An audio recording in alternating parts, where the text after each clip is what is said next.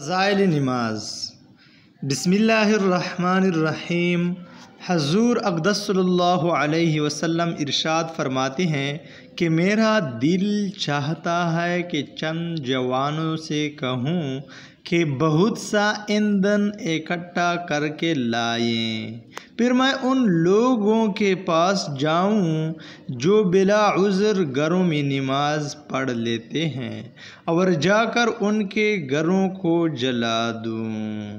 حضور اقدس صلی اللہ علیہ وسلم ارشاد فرماتے ہیں کہ میرا یہ خواہش ہے، میرا دل چاہتا ہے کہ چند جوانوں سے کہوں کہ بہت سا ایندھن اکٹھا کر کے لائے، پھر میں ان لوگوں کے پاس جاؤں جو بلا عذر گھروں میں نماز پڑھ لیتے ہیں اور جا کر ان کے گھروں کو جلا دوں۔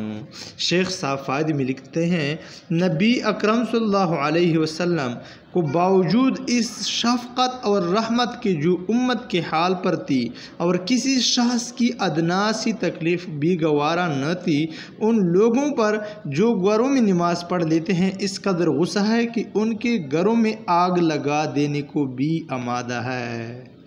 ہمارا پیارا نبی حضرت محمد صلی اللہ علیہ وسلم کسی شخص کی ادنا سی تکلیف بھی گوارا نہ تھی، شخص تو چھوڑو، وہ جانور کی بھی تکلیف کو برداشت نہیں کر سکتے تھے۔ حضور اکرم صلی اللہ علیہ وسلم جب کسی جانور کو تکلیف میں دیکھتے تھے تو پھر اس کی دل تڑپتا تھا، اس پر کافی زیادہ رحم کرتا تھا اور اس کی برداشت نہ ہوتی کسی کو اگر تکلیف ہوتی۔ اور یہاں پر جو لوگ گھروں میں نماز پڑھ لیتے ہیں اس پر یہ کتنا زیادہ غصہ ہے کہ اس کے گھر جلا دینے کو آمادہ ہے۔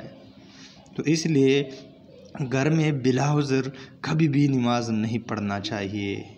اللہ تعالی ہمیں جماعت کے ساتھ نماز پڑھنے کی توفیق نصیب عطا فرمائے۔ وآخر دعوانا ان الحمد للہ رب العالمین۔